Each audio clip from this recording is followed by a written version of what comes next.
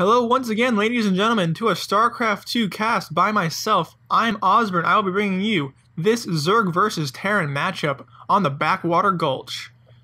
Backwater Gulch, if you haven't seen my earlier cast where I explained them, there is a main spawn point in the semi-cardinal. I'm not sure what the term for it is. It's the northwest, northeast, southeast, and southwest positions on the map. That's where all the main spawn points, they have a natural. And the third bases are actually fairly far away and blocked by destructible rocks. So this is mainly a two-base kind of map.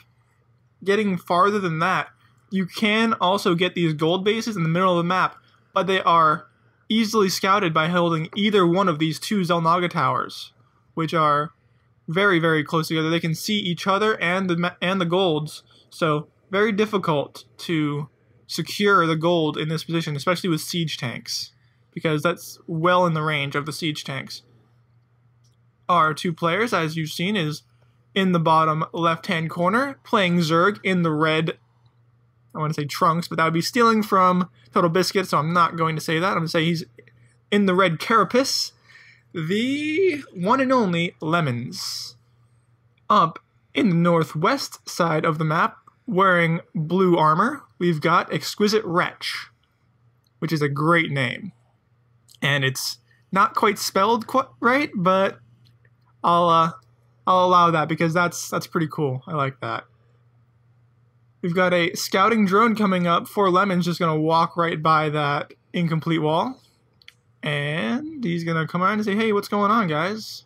Oh, look, you don't have a gas. That's going to tell me that you're probably planning to expand pretty quickly. Either that or you're going to go straight up cheese barracks play. Right when he leaves, which he has, barracks comes up. It doesn't do anything. But there is a blue block where it shouldn't be. A barracks, a proxy barracks coming up right outside the main plateau of the natural of Lemons. It's a plateau, right? Yeah. Yeah, it works. I like it.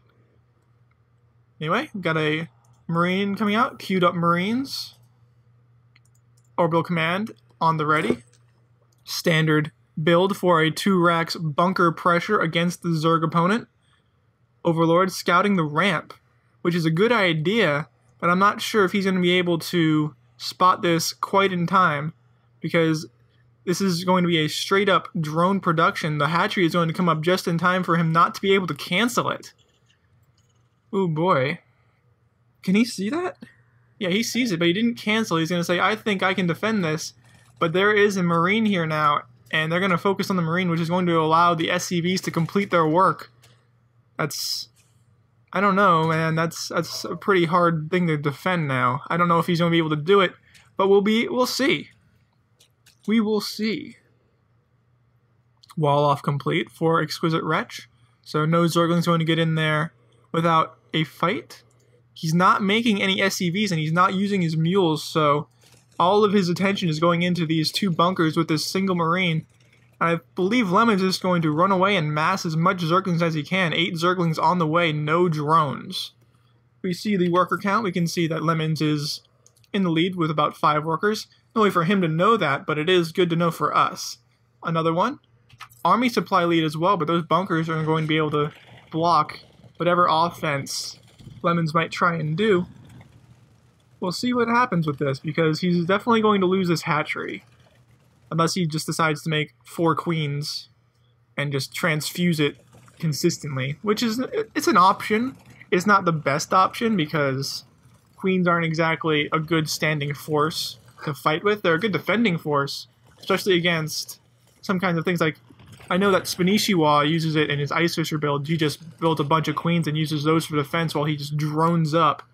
But I'm not sure if that's quite what Lemons had in mind, and as you can see, Lemons loses the hatchery. So that's a big blow for the Zerg, and he's going to be able to take out those Zerglings as well, and he's going to try and move up, but I don't think that's a wise idea, because there are a lot of Zerglings. Zergling speed just about to finish, as well as a command center up for XquisitWrech, and he's also decided to start building SCVs, but he can't because he's supply block, because he's spent all his attention on the bunkers and marine macro, and this is why they're diamond and not masters, because masters level players, I think they'd be able to do all of that together, but all these marines are going to get trapped by the Zerglings' good surround, and now those bunkers are just useless piles of just armor, because there's nothing inside them. Here comes the salvage, as you would expect. Gets them all back. Very good bunker rush, though. And if he can defend against the Zergling swarm, he will be in very good shape, even with the lowered SCV count, because he has that second base. He could be making SCVs from it, but he's not. He's instead going to pull all the SCVs and try and build some bunkers and repair as much as he can, but he can't make it to this little supply depot, so that's going to fall, and they can't really do anything for that bunker because it's still in construction. It's probably going to fall fairly soon. Can't do any damage to the barracks because there are at least 2 or 3 barrack or SCVs in the back repairing it, so it's not doing any damage. Gonna try and take out that bunker, and down it. Oh wait, no, he stopped. Down it goes. Okay, there you go. And in come the Zerglings, little Zerglings, running straight to the middle of the line as they know they should. And there is not much that XquisitWrech can do about this. He's going to float his proxy barracks over Lemon's base because, hey, why not? Zerglings running around causing all sorts of mayhem in XquisitWrech's base with his 2 useless command centers. Well, 1 useless command center and 1 useless orbital command.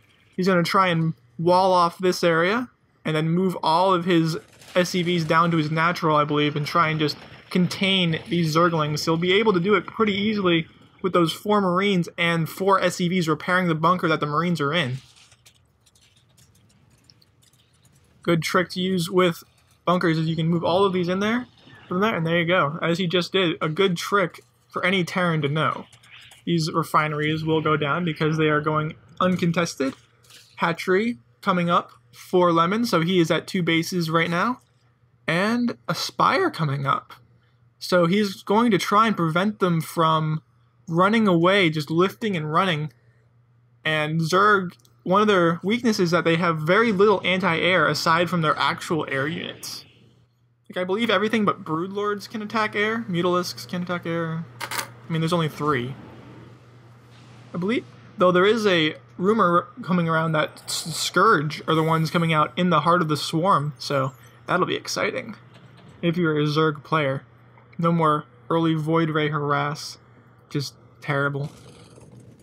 In comes the Zerglings to try and pressure, and this bunker is probably going to go down because they have a surround and the SCVs can't get to it. The mule trying its best, 2 mules, but it goes down, and that's not quite enough. The Zerglings will take out most of these SCVs, and I believe this is about as much as there is to do. Very, very good comeback from Lemons, coming back from that bunker rush to win the game.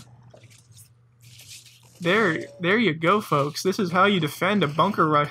A little bit of a miss macro on the part of XquisitWrech, but don't take anything away from Lemons. He did a fantastic job defending this diamond level bunker rush. Well, this has been Ozzburne bringing you the best in the not masters and not grandmasters, people you don't know about. I'm bringing them to you so you can watch them. It's been fun. I'll see you later.